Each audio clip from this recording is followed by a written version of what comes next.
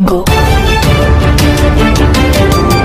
बर्तमान बड़ खबर जहाँकि सोना प्रेमी आसूची बड़ खुशी खबर पुणी तलक खसुची सोनार मूल्य कमी कमी जाऊँगी गोल्ड रेट सप्ताह करे केते कमिलानी सोनार दर जानतु एबर मूल्य ता पूर्व वीडियो को लाइक करंतु जदि पारुछंती आपनकर सांग साथी मानकु वीडियो को शेयर करनतु जदि फ्रेंड्स आपण माने हमर ई चैनल ले नुआ ही वीडियो देखुछोंते पूर्व केबे भी सब्सक्राइब करनाती तबे निहाती चैनल को सब्सक्राइब करे सहित पाखरे आस्तुवा बेल आइकन को बजे रखतांतो तेज बर्तमान धीरे धीरे सस्ता होउछि सोना अगस्त मासरु सोना मूल्य बढ़ुथवा बेले एबे एथिरे ब्रेक लागिछि किछि दिन तळे सोना मूल्य ऑल टाइम हाई रे पहुंचीला किंतु बर्तमान एथिरे सुधार आसीछि धीरे धीरे तळको खसु सोना दर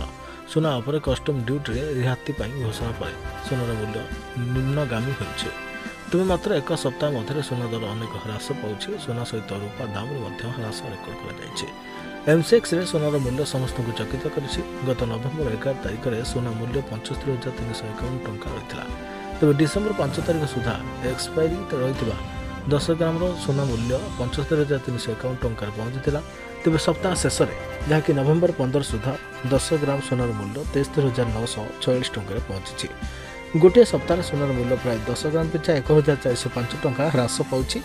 केवल सोना नुहे रूपा दाम यही सप्ताह ह्रास रेकर्ड कर नवेम्बर 11 में एमसीएक्स 1 किग्रा रूपार मूल्य 99,182 टंका पहुंची तेज किंतु सप्ताह शेष व्यवसाय दिन सुधा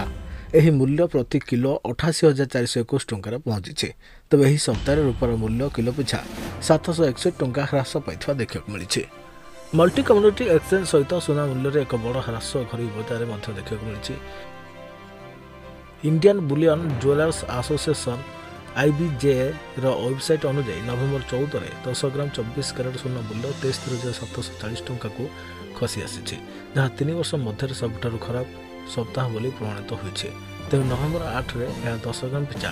77,342 टंका होता अर्थात एठार 10 ग्राम पिछा 3,642 टंका सस्ता होइछे तेबे नवेम्बर 15 शुक्रवार दिन एथिरे सामान्य वृद्धि घटितला जदि आमे घरी बजार रे अन्य गुणात्मक सोना मूल्य को देखिबा तेबे 22 कैरेट सोना 71,970 टंका जहाँकि 10 ग्राम को रहिथा बेले 20 कैरेट सोना 65,630 टंका 10 ग्राम को एवं 18 कैरेट सोना 59,730 टंका 10 ग्राम रे आसीछि।